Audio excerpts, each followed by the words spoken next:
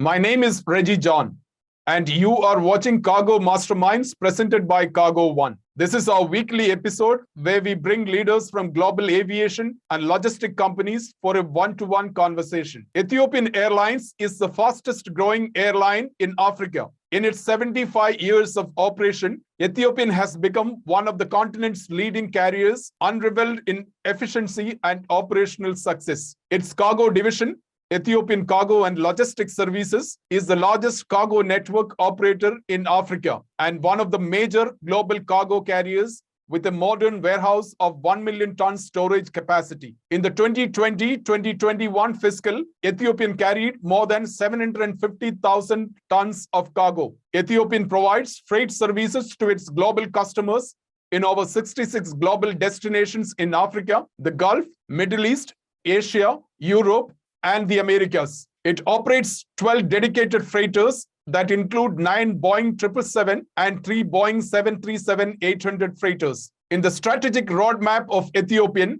Vision 2035, Ethiopian Cargo and Logistics Services plans to be a full-fledged profit center with annual revenue touching $2.87 billion, have a fleet of 24 freighters serving 70 cargo destinations, and plans to carry close to 1 million tons of cargo. Big ambitions indeed.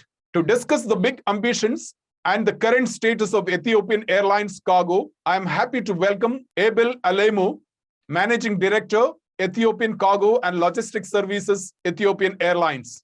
Abel, an experienced aviation professional with over 13 years of experience in commercial operation of airlines across regions. He has been with Ethiopian Airlines since August 2012, and in December 2021, Abel was elevated to the post of Managing Director, Ethiopian Cargo and Logistics Services. Abel, welcome to Cargo Masterminds. Thanks for finding time to talk to us. Thank you, Reggie. Thank you for having me on your show. Abel, since this is my first interview with you, let me start by asking you to reflect on your current role, which you assumed in December 2021, and what has been keeping you busy in the last 7 months as the MD of Ethiopian Cargo and Logistics Services. Thank you. It has been a very engaging and exciting type of job that I've assumed. Of course, I've been with Ethiopian for a long time, but in this role, I'm here starting from December last year. So it's almost 7 months. So every typical day involves close meetings and coordination with my colleagues from the operation side, from marketing, and from the sales side. We start the day early at 7 a.m. and it goes all the way until 8 or 9 in the evening. So most of it is engagement with clients, discussion with a team of various nature issues, and some internal process matters. So it's an exciting day every day.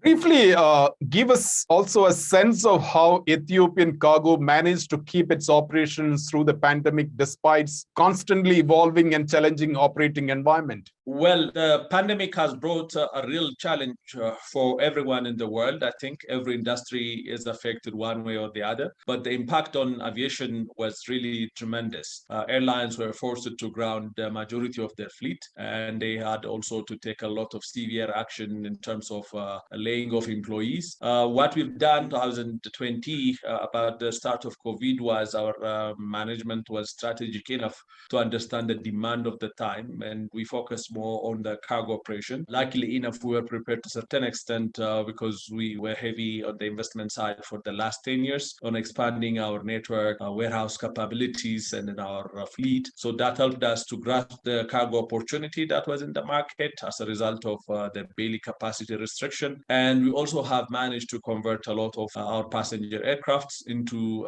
freighters, what we call them P-freighters. And using this combined fleet of aircrafts, we were focused on transporting medical equipment to various destinations, particularly from eastern side of the world, mainly to Africa, our own continent, to Europe and Latin America specifically. So in the last 2 years, our focus as an airline has been pretty much on cargo and taking the opportunity of transporting very essential medical kits and COVID-19 vaccines all over the place. Abel, do you still operate passenger freighters or P-freighters? And if yes, how many of them do you still in operation? Yes, we still use them. You see, the capacity restriction still happens per region in different places. There are still markets which are not yet open for a free movement of passenger travel. At the height of COVID, we had converted 25 of our passenger aircraft of different size into a P-freighter. At this point in time, we have around 13 of them in our fleet operating to different destinations. Again, a combination of different sizes of passenger aircraft.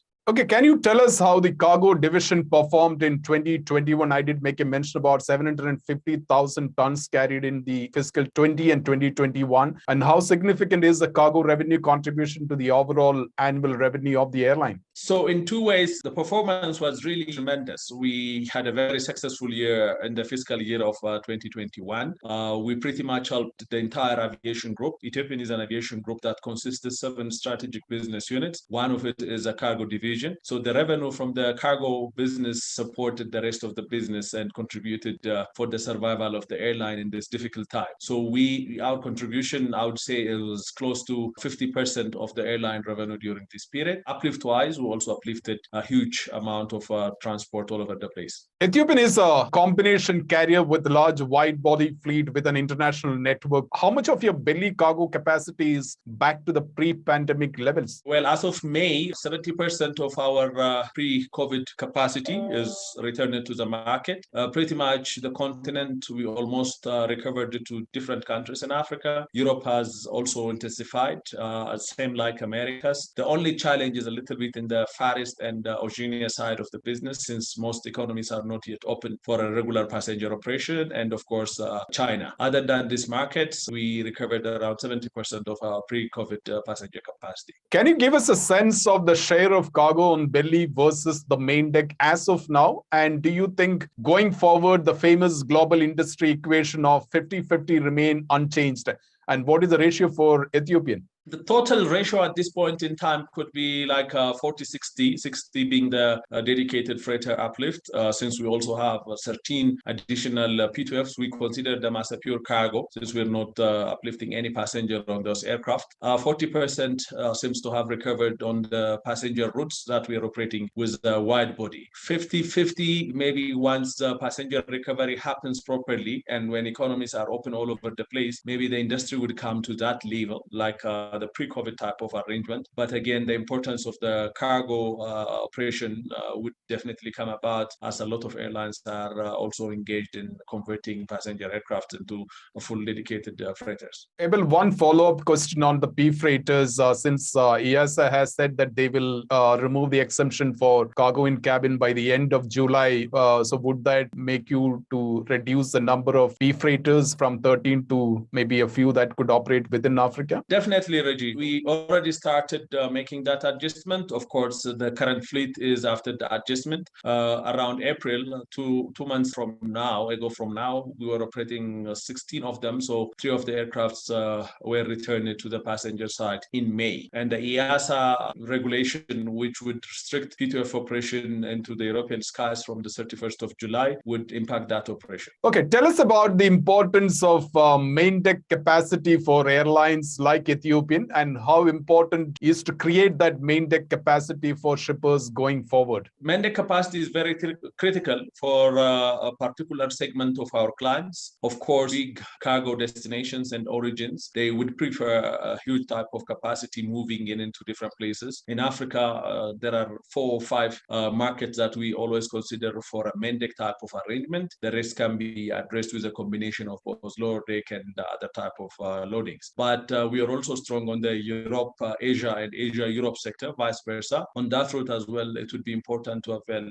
some portion of your capacity as a main deck, as it would be important for a specific type of shipments transporting on the route. Let's come to talk about your current fleet, which I think, correct me if I'm wrong, that is you operate 9 B777 freighters and 3 737-800 converted freighters. Is that right? Little adjustment as of earlier this month. We added additional 737 freighter. So we have 4 of 73 and 9 B777 freighters that you mentioned. That's right.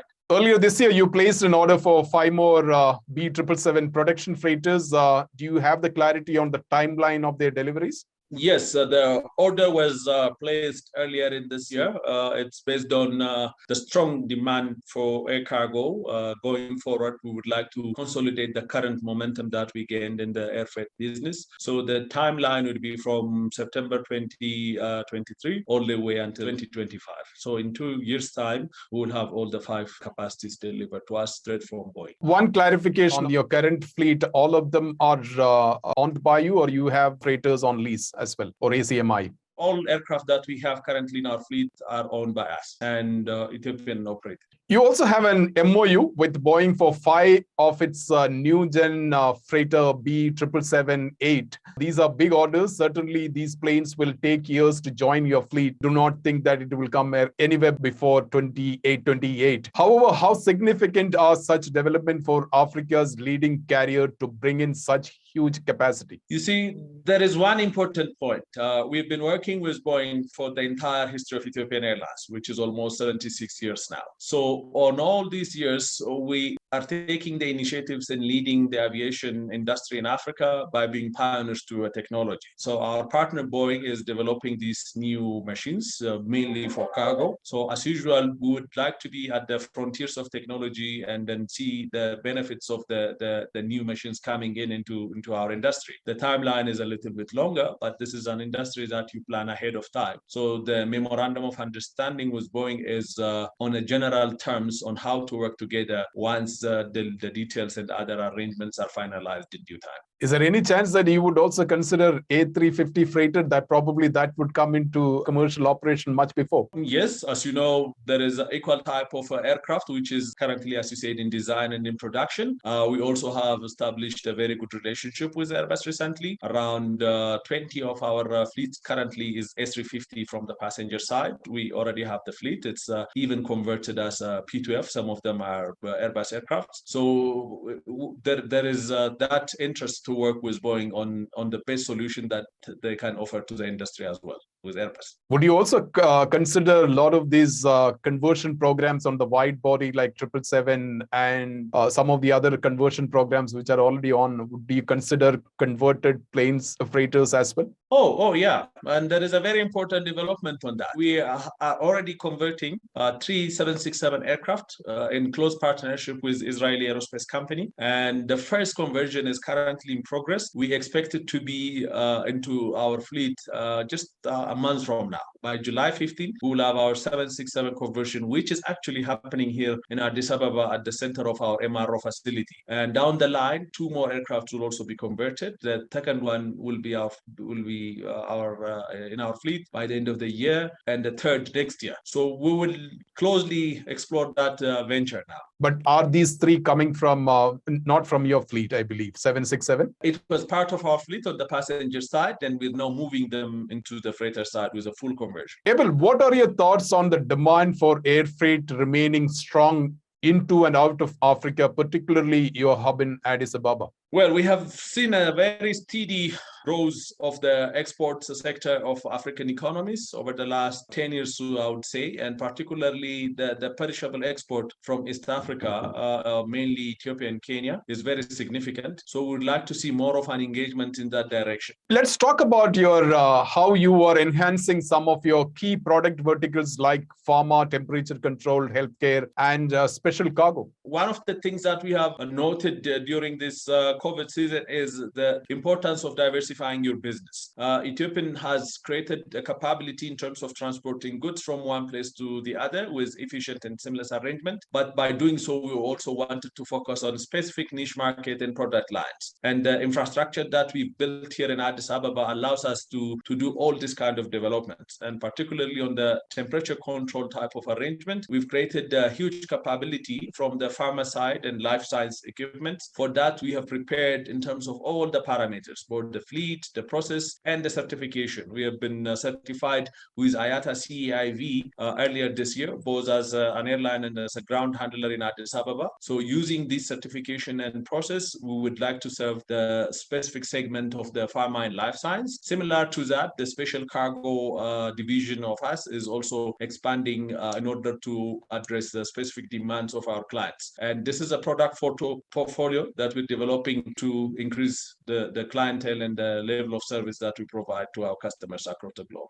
How important is e-commerce, and how do you intend to tap into this cargo segment to generate significant cross-border cargo volume? Is it reasonable to think that your recent announcements of fleet addition are in view of the huge potential you see in Africa's e-commerce cargo? E-commerce is very critical and defining for the aviation industry, particularly for air cargo, as you know. We're currently in the e-commerce business, but not in the direct way that we wanted. We have contracts with big platforms to move goods from one place to the other, but our focus is to change Addis Ababa into a smart logistics hub. To that end, we are currently constructing a warehouse fully dedicated for an e-commerce type of shipments here in Addis, and primarily it will serve as an e-commerce type of warehouse and sortation center. And the expansion with the fleet, the additional orders, and the route network all considers the business volume and especially the development in the e-commerce environment. So we are preparing ourselves to the next type of air cargo movement, which is e-commerce. In the current